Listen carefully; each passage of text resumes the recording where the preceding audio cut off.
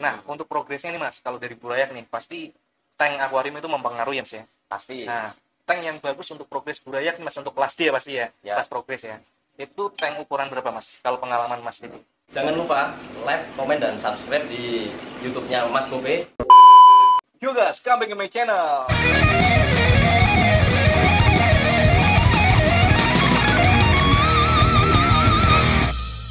Di video kali ini ya, gue masih berada di tempatnya Mas Dedi. Nah, Mas Dedi, kali ini kita mau tanya-tanya tentang ciri-ciri untuk ikan bagus nih pertama nih Mas. Otomatis kan kita harus tahu dulu ya, biasanya ya. Kalau misalkan kita tujuannya, misalkan saya belikan burayak nih, pengen ikut kontes nih. Nah, pertama yang harus dilakukan itu pasti memilih burayaknya. Pasti untuk pemilihan dari sesi burayak dulu, Mas. Nah, ciri-ciri yang bagus tuh kayak gimana sih Mas burayak yang untuk kontes nih? Oh ya.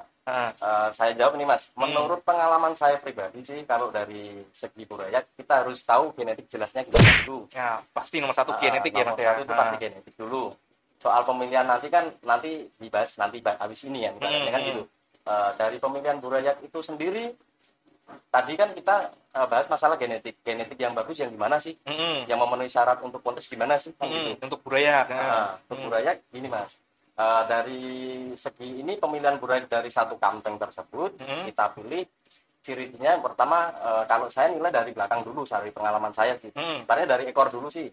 Ini dari ekor kita usahakan ekor itu yang lebar. Ekor lebar. Karena lebar, cenderung dia agak kaku Mas. Oh, kalau nggak kaku ya juga nggak apa-apa. Jadi kalau nanti ikan itu nggak diuntul, kalau nggak ada gangguan dari lain, itu ekor itu bisa nggak nguncup, jadi megar, ya masih tetap megar gitu. Nah, dari maju lagi sedikit di pangkal ekor itu kita usahakan nyari yang agak pendek. Maju lagi di body ya, berarti dari body kita usahakan yang udah ada kuncian tersebut, itu kan menghasilkan nanti ikan dilihat kotak ibaratnya gitulah, kurang lebihnya rada kotak lah gitu gitu. Masuk ini lagi dari segi mutiara. Mutiara tersebut terserah sih, umpama memilih apa.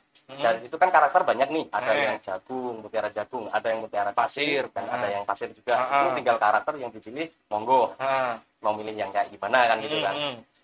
Tapi paling bagus apa Mas kalau menurut pengalaman Mas Didi? Kalau bagus biasanya sih dominan, kalau itu kan biasanya cacing kan. Cacing. Ini perpaduan cacing dan rintik itu bagus. Cacing dan rintik. Dan yang shining. Shining itu yang cerah lah, mutiaranya mengkilap gitu, artinya kayak gitulah. Dari itu maju lagi ke dari dudukan kepala.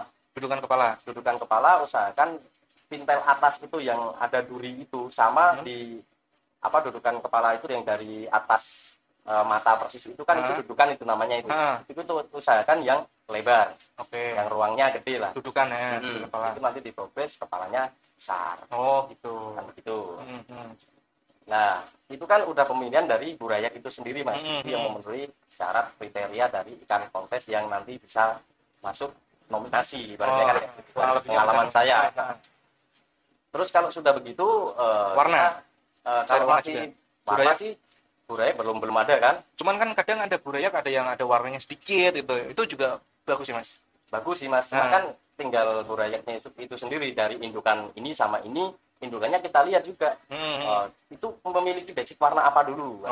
Kalau kita tidak lihat indukannya, kita bisa lihat dari burayaknya sendiri kan gitu. Kan ada agak semi warna-warna orange, ada warna-warna kuning, merah kan. Nah, dari situ kita bisa lihat, warnanya ini basicnya merah orange. Ini basicnya warnanya orange semua kan gitu. Terus gini Mas, kalau sudah memilih itu, kita juga lihat ikan itu kalau udah bagus memenuhi syarat, kita lihat minusnya dulu. Percuma Mas ikan bagus tapi ada minusnya kan gitu kan. Nah, kalau udah nggak ada minusnya semua, aman, baru kita sortir, langsung kita progres. Gitu, Mas. Berarti yang pertama yang harus dilihat tuh minusnya, ada minusnya atau enggak. Kalau udah memenuhi syarat itu, kalau enggak ada baru kita ambil ya. Kita progres. Nah, untuk progresnya nih Mas, kalau dari burayak nih, pasti tank akuarium itu mempengaruhi ya Mas ya. Pasti. Nah, tank yang bagus untuk progres burayak nih Mas, untuk kelas D ya pasti ya. Kelas progres ya. Itu tank ukuran berapa Mas? Kalau pengalaman Mas ini? Kalau saya pakai yang ukuran D ya. D. Di bawah 12 apa sekitar 12 cm ya. Aku pakai ukuran tank 40 kali 40 kali 50 Mas. 40 50. Gitu Mas. Itu untuk kelas D ya. Itu betul. Bagus dari Burayak ya Mas ya. Dari Burayak size 5 cm lah. Kita progres di situ bagus Mas. Untuk pertumbuhan juga bagus. Untuk dia nanti performnya di situ kita progres juga enak. Oke. Untuk isinya nih Mas, isinya apakah harus ada filter atau hanya cukup aerator aja sama background? Cukup di situ cuma pakai kita pakai mesin Mas. Pakai mesin filter? Mesin filter sama box. Oh, Burayak tuh. Burayak nggak apa-apa kalau itu kan kalau nanti kita ada caranya di situ kan kita kasih corong biar supaya enggak kesedot di situ. Oh iya. Tapi kalau menurut pengalaman Mas Didi, biasanya tetap pakai filter ya Mas ya? Kan ada yang juga yang nggak pakai filter nih karena masih Burayak, jadi untuk kotoran pun bisa disedot pakai selang kan gitu. Nah ada juga yang kayak gitu. Tapi lebih recommended mana Mas? Untuk menggunakan filter atau menggunakan aerator aja? Kalau saya rekomendasi pakai filter. Pakai filter ya. Soalnya kalau filter itu kan airnya kan aerasi. Itu aerasinya bisa muter ya. Muter gitu. Kalau pakai pakai aerator itu kan cuma gitu toh. Jadi airnya itu enggak bisa. Enggak ada sirkulasinya lah gitulah. Terus ikan juga semakin cepat gede. Gitu. Untuk ininya Mas, backgroundnya? Mending background kosongan atau background yang harus ada batu karang atau gimana? Kalau pengalaman Mas? Kalau background usahakan yang cerah. Cerah ya. Cerah dalam arti di situ ya kita bisa pakai yang kayak putih, di polos, ada yang karang-karang gitu, ada kayak batu-batu disusun itu juga bagus. Yang penting nggak warna gelap. Soalnya kalau warna gelap nanti ini Mas, ikannya nanti cenderung hitam. Oh gitu. Ya pasti kalau background warna gelap ya. Nah, kemudian untuk lampu nih Mas. Nah, lampu apakah wajib menggunakan lampu atau enggak? Kalau progres Burayak. Kalau pakai lampu sebenarnya bagus juga sih Mas. Cuma kalau saya pribadi, kalau lampu penerangan itu penerangan dari lampu ruangan juga bagus ya. Dan cukup. Kalau mau diterangi lagi pakai lampu LED itu juga nggak masalah. Gitu. Oh, gitu. Berarti nggak ngaruh ya Mas ya? Yang penting nggak gelap aja. Nggak gelap intinya. Itu mempengaruhi untuk ngeblok nggak sih Mas kalau kecil nggak ya? Enggak. Itu tinggal genetiknya Mas. Oh, genetiknya. Kalau genetiknya indukannya udah ada genetik ngeblok, ya Burayak itu nanti bisa ngeblok, bisa enggak kan gitu. Oh, gitu. Nah, ini kan untuk intinya udah ya, untuk dari isi tanknya udah semua. Kita ngebahas tentang pakannya nih Mas. Pakan. Nah, kalau Burayak itu kalau progres untuk kontes, apakah makanannya itu cuman 3 kali sehari atau sering Mas? Kita kasih pakan mending sering Mas. Sering ya, dikit-dikit sering gitu ya. Dikit-dikit tapi sering.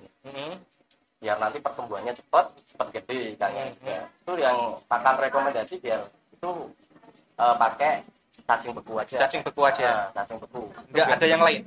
Ya pakan pembantu cuma pelet sih. Pelet sama cacing beku ya. Nah, kalau misalkan masih kecil nih untuk progres kelas D, apakah recommended atau enggak untuk kasih makan udang, karo kayak gitu?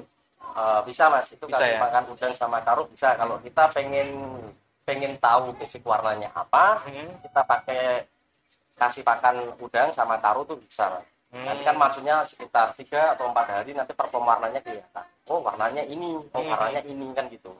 Biar kita nggak bertanya-tanya warnanya nanti gedenya kayak gimana kan gitu. Oke, jadi kurang lebihnya seperti itu ya. Jadi kurang lebihnya seperti itu teman-teman untuk progres ikan lohan untuk kelas D ya, untuk kelas kontes ya Mas ya. Jadi untuk ngasih makannya itu sedikit tapi sering ya Mas ya. Jadi harus benar-benar diprogres, bukan cuman dikasih makan aja ya kan, beda ya. Diprogres sama dikasih makan kan beda. Kalau diprogres kan otomatis kita hasilnya dikit-dikit dan sering, otomatis kita bisa latih-latih juga. Tapi kalau dikasih makan kan kayak sewajarnya melihara ikan aja kan gitu. Nah, setelah itu nanti baru kita bisa daftarkan ke kontes yang gitu ya Mas ya. Betul. Nah, setelah video ini nanti kita akan lanjut pembahasan tentang pendaftaran kontes. Pendaftaran kontes kayak gimana nanti pokoknya ditunggu aja setelah video ini kayak gitu ya. Dan sekali lagi buat teman-teman, semoga informasi ini membantu ya untuk cara progres atau ciri-ciri ikan untuk kelas D itu kayak gimana sih kalau memilih ikan Burayak gitu. Dan setiap orang pasti beda-beda Mas. Setiap orang pasti beda-beda. Progresnya pasti beda. Setiap orang cara milihnya pun juga beda-beda ya kan. Kalau teman-teman bisa mau ngikutin informasi dari Mas Didi, silahkan. Semoga membantu ya teman-teman ya. Nah, setelah video ini kita akan ngebahas tentang progres ya, pendaftaran kontes ya Mas ya. Betul. Pendaftaran kontes kayak gimana, karena sebentar lagi ada kontes di Semarang juga ya Mas ya. Betul, tanggal 12 sampai tanggal 15 di Centralen. Centralen. Ya, betul. ikuti aja keseruannya untuk video selanjutnya, dan jangan lupa di subscribe dan di share video ini agar teman-teman yang lagi progres ikan burayak untuk kelas D agar ikut kontes bisa tahu ya, bisa maksudnya sedikit membantu lah informasinya, meskipun semangat lagi mas, lebih semangat lagi dan sedikit membantu informasi bisa digunakan, misalkan sertnya cuman progresnya aja, atau sertnya ngasih makannya aja, atau sertnya dari segi tanknya atau segala macam bisa ngikutin. Nah kurang lebih seperti itu, kita pamit, salam satu.